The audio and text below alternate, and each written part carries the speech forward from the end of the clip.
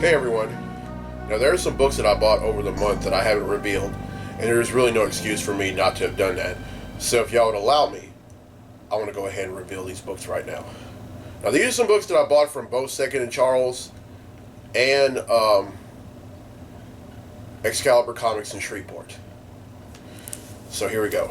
Up next is All New X-Men number 4. Guardians of the Galaxy number 6.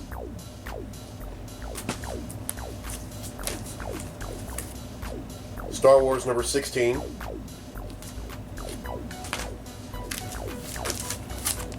Justice League of America number 8.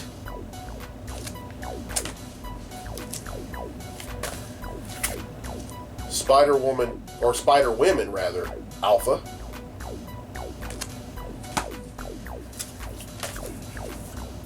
Extraordinary X-Men number 8.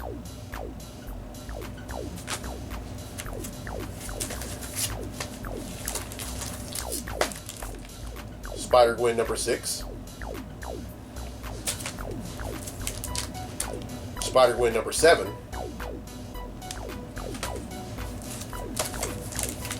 Amazing Spider-Man number 10.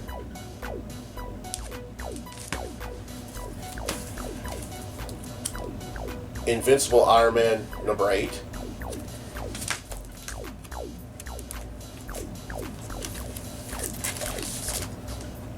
Star Trek number 25.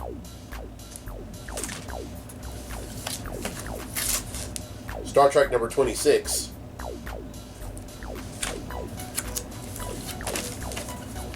Star Trek number 27.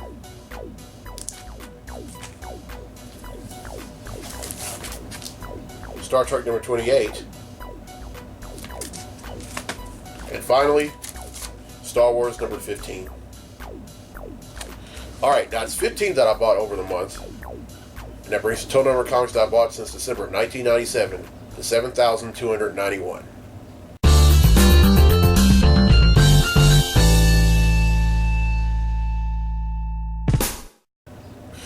Although I have a little mistake that I need to confess to making. When I was doing the spreadsheet of all the books I have in my collection, I found out that when I was entering All New X-Men number 3, or number 4 rather, I realized that I did not count All New X-Men number 3. So that being said, the total number of comics that I bought since December of 1997 now stands at 7,292.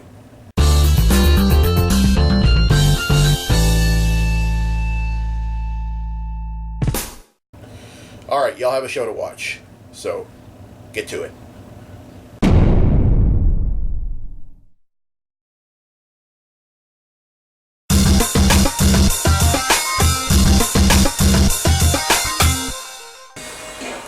Welcome to this week's edition of the Comic Hero Show. I'm your host, Victor Nunley, and I am the Comic Hero. We're coming to you from Clint's Comics in Monroe, Louisiana. And folks, last week we lost a pop icon, pop giant, pop god, if you will. And I'm talking about Prince. Now, he's not, in a way, he is kind of, you could connect him to, he is kind of like, has something to do with comics a little bit. And what I mean by that is in 1989, for the Batman movie, he did the song Bat Dance. And he was also featured in the 89 movie near the end of it when Batman was going up against the Joker. Really now? Yeah. Okay. Hey, Bobby just said that he wasn't a comic too. So, hey, and by the way, if y'all want to share any interesting info in terms of comics, feel free to do so. I welcome it. All right. It's time to give away a free t-shirt.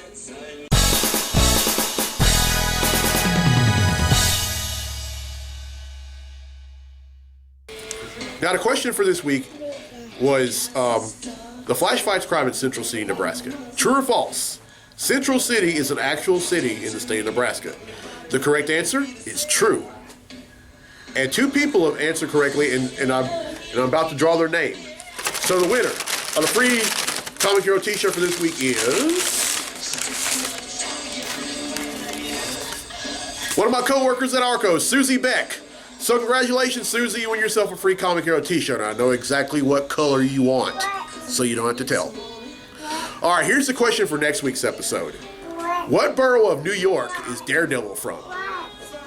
Now, about 2 weeks ago, I asked what borough of New York is Spider-Man from, and then before that, I think I asked what borough of New York was Steve Rogers from. But now this one is Daredevil, and you should know the answer whether you read the comic or watched the TV series on Netflix. Everyone who answers correctly will be entered in the drawing for a free t-shirt in next week's episode. So I gotta ask, any questions?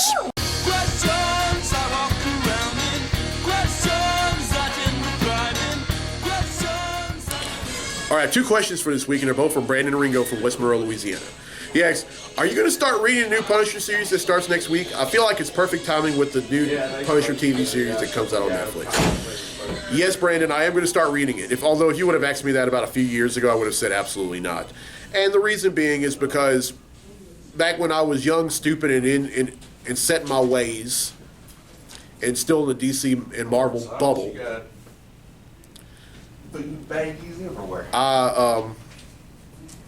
my whole concept of justice was not killing somebody. But then I got turned on to Deadpool, and I changed my tune. You know, as a comic book nerd that has his own web series, I cannot allow myself to be closed-minded.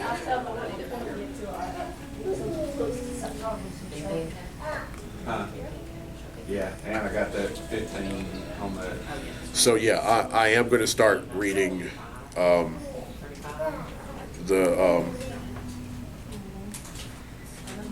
am going to start reading that series. All right. I'm trying to find the other question that he asked me. Okay. This next question that he asked me is, Did you watch Jessica Jones? I bought the omnibus with the whole Alias collection in it, and both are mind-blowingly great. Yes, I did watch Jessica Jones. I thought that was a great show, and I can't wait for season 2 if that does come out. And also, spawning out of that is also going to be the Luke Cage series, and deservedly so. And when I found out about that series, there were only 2 words that came out of my mouth: Sweet Christmas.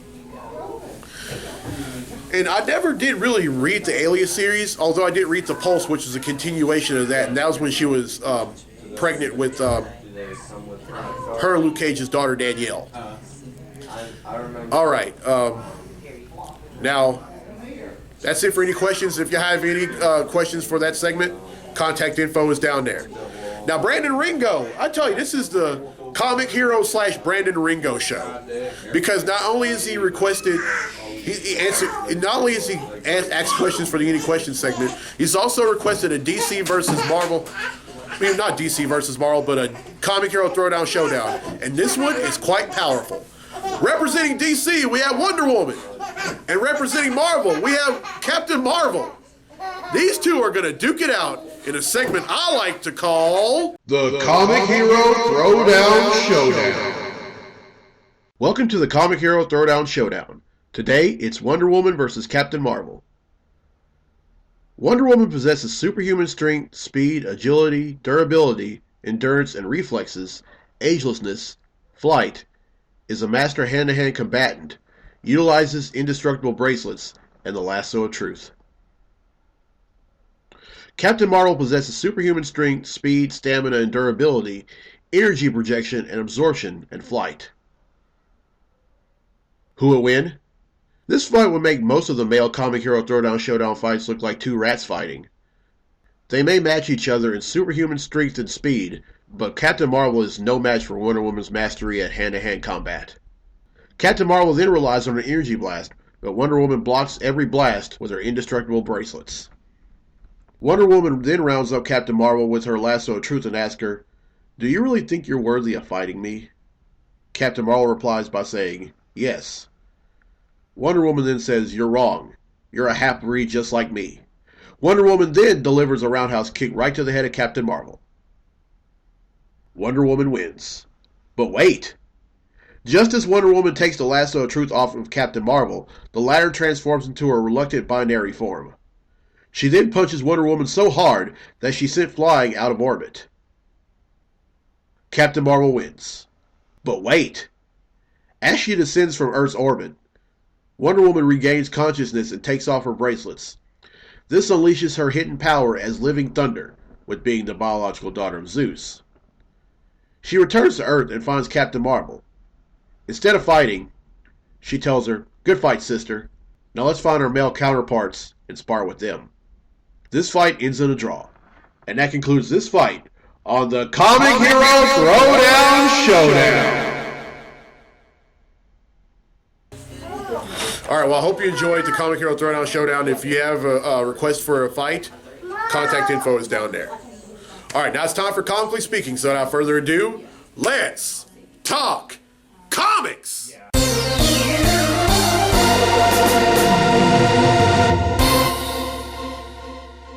Alright, first thing I want to talk about is Nathan Fillion being casted in Guardians of the Galaxy Volume 2. And you're probably wondering, who is Castle going to be playing in Guardians Volume 2? Simon Williams. Now, you may all know him at best as the character Wonder Man. Now, will he become Wonder Man in this one? I don't know. I really don't know why in the world he's in this movie, considering that, Simon Williams, as Wonder Man is an Avenger. I really don't see why he's in the Guardians unless there's something else going on. I mean, that's just my opinion. All right, next thing I want to talk about is Batman: The Killing Joke. I saw the trailer to that, and after seeing it, I almost wet my pants. That's just how frightening it is, and it's going to be rated R, and rightfully so. And you know what? Honestly, I can't wait till that comes out. But one thing's for sure: when I do watch it, when I buy it and watch it, I'm not watching it with the lights off.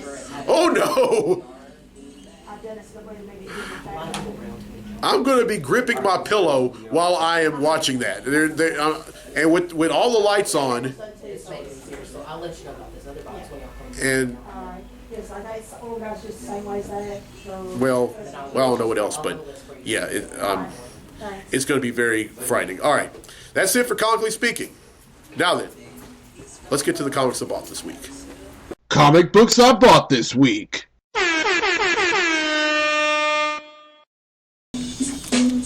All right, first up is Superman Wonder Woman number 28. This is part 4 of the Super League story arc that's going on in all the Superman-related books. And folks, Superman is dying. Well, the new 52 version of it is dying. And he started out by telling Lois Lane and Lana Lang, and even promised Lana Lang to have him buried right next to his parents. And then he goes to find Batman. He tells him, and he says, "We need to find Supergirl. I have not seen her I have not seen her in months." And the only reason is so he can have an heir apparent to take care of things after he dies. And he even gives her a full key to the Fortress of Solitude. And then we find out there's this guy masquerading as Clark Kent and using his powers until Lois Lane knocks him out. And meanwhile, after Superman gives Supergirl the full key to the fortress, Wonder Woman shows up and is like, "Why didn't you tell me?"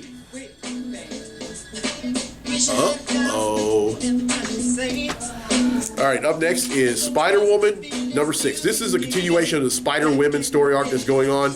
And in the story arc is the Jessica Drew Spider-Woman, the Gwen Stacy Spider-Woman, aka Spider-Gwen, and then Silk, aka Cindy Moon. Now, for those of y'all know, who the heck is Cindy Moon? Who's Silk? She was bitten by the same radioactive spider who coincidentally bit Peter Parker. And they had a little thing going on, too. All right, next up is Batman number 51. Now, I don't know what's going on in this book. However, what I can tell you in the previous issue, Bruce Wayne returns as Batman. He takes down Bloom, and all is right with the world. Although Alfred's like, "Dang, just when I thought he was normal again." Besides, we all knew Bruce Wayne wasn't going to be normal for long. All right, up next is Avengers Standoff Omega.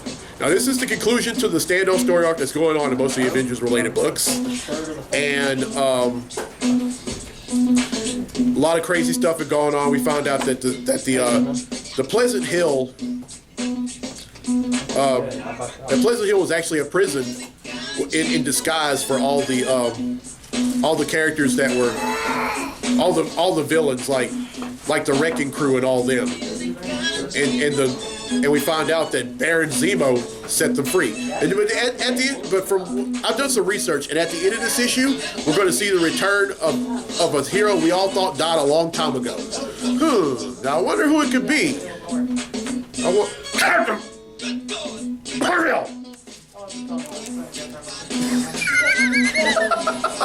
Sorry, folks, I was laughing at Silas, Claire's son. But anyway. Next up is Faith number 4. Now, this is the conclusion of this miniseries, and Faith has really been trying to reconnect with some of her Harbinger teammates, and well, all of them except for one who died in the line of duty, because she's trying to help take some bad guys down. Oh, and by the way, folks, she's getting her own monthly book for Valiant, and I will be reading it. All right, next up is Star Wars number 18. This is the, now I'm still a little behind on this book because, well, as I've said many times before on the show, I read a lot of books and it's kind of hard to keep up with all of them. Or to be up to date with all of them, rather. All right, next up is Spider-Man, well, The Amazing Spider-Man, rather, number 11. Now, this book is kind of like he's pretty much gone overseas now. He's now running Parker Industries, and he's doing what I'm trying to do with the show. He's gone global, and yeah. I mean, my friend Mitch Wyatt doesn't really like this book mainly because he's like half superhero, half spy, or something like that. I think it's interesting. I mean, I trust Dan Slott, but because the takeaway that I get from it is that he's trying to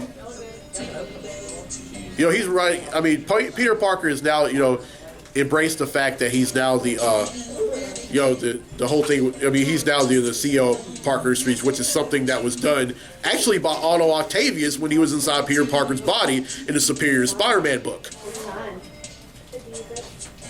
And so at first, he was struggling with it in the previous volume of The Amazing Spider-Man. Silas, please don't touch that. And yeah. So now he's embraced it, and he's running with it. And along the way, he's had to deal with a villainized Cloak and Dagger, all thanks to Mr. Negative. But don't worry, he's not in their clutches anymore. And then lastly, Justice League number 48. This is the next to last chapter in the Darkseid War story arc, and it's just crazy, folks. I mean, you have all these superheroes becoming gods. You have Superman becoming a god. You have Batman becoming a god. You have the Flash becoming a god. You have Shazam becoming a god. And then I think in the next issue we find out exactly the identity of the Joker. We already know for sure who killed Thomas and Martha Wayne. That was Joe Chill. But now we find out who the Joker's real name is. All right, that's 8 I bought, which means the total number of comics I bought since December of 1997 to 7,300.